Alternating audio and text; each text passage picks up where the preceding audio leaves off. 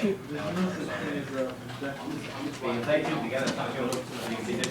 let's look at this part here.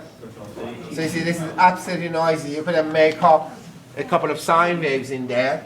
But if you listen to it, now you can see two sine waves, you can hear two sine waves. But you can also, you can't see the sine waves here, but you can see the sine waves in frequency domain. Yeah, and you can hear them in frequency domain because your ears are frequency analyzers.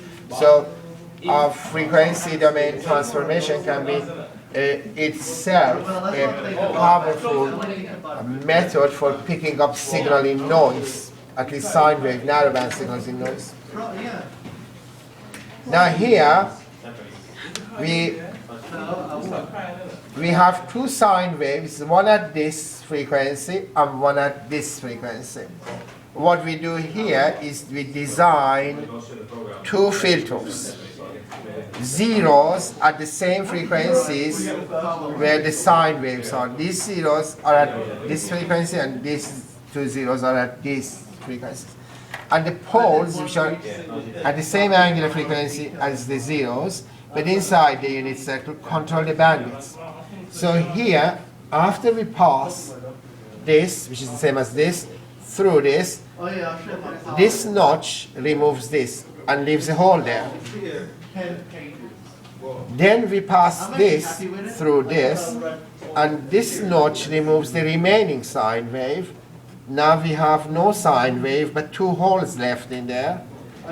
And this is the restored signal, which is really not a bit better than what we had if we look at them on the same scale, but it's still not as good as we may wish it to be.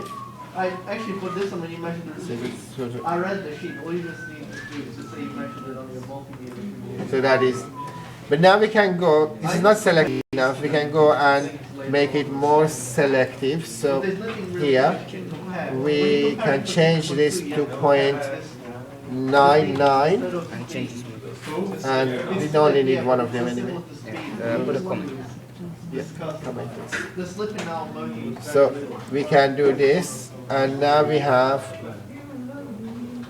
can now see that we have both sine waves removed, and we have two holes where they were.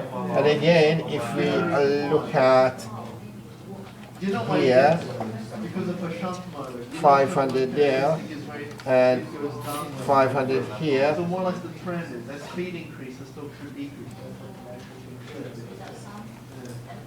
That looks a bit more less random than what we had in here. Of course, -10 is extremely noisy.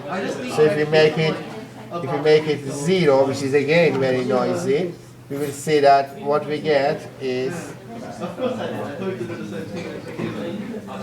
this. Now if you look at the signal here, you will see zoom into 4000 to 4500 here. And again you see a signal that is very noisy around here. Then zoom around the same thing around here, and you will see a signal that is much less noisy. So this is a very clean signal. You see two sine waves. So what you have here therefore is two notch filters that remove two interfering frequency, but they may not be interfering frequency, they may be what you're looking for, in which case if you subtract your noise from your noisy signal, you get your signal back as you had it here.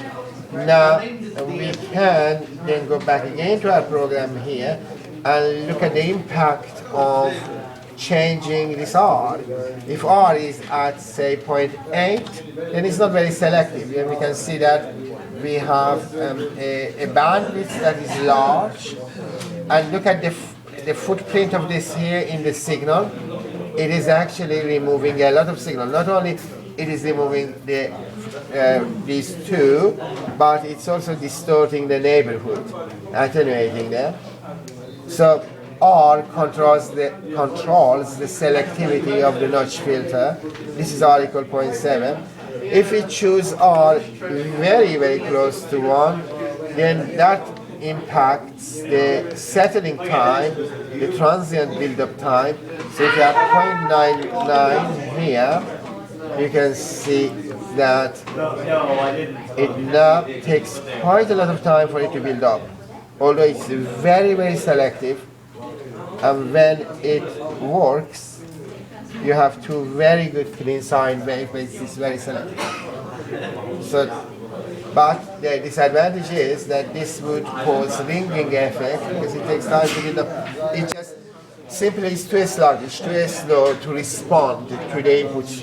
And therefore you would look for a trade-off, and good trade-off would be around 0.99, 0.98. So if we just go to here and 0.99, then we see that we have a good trade-off between the two.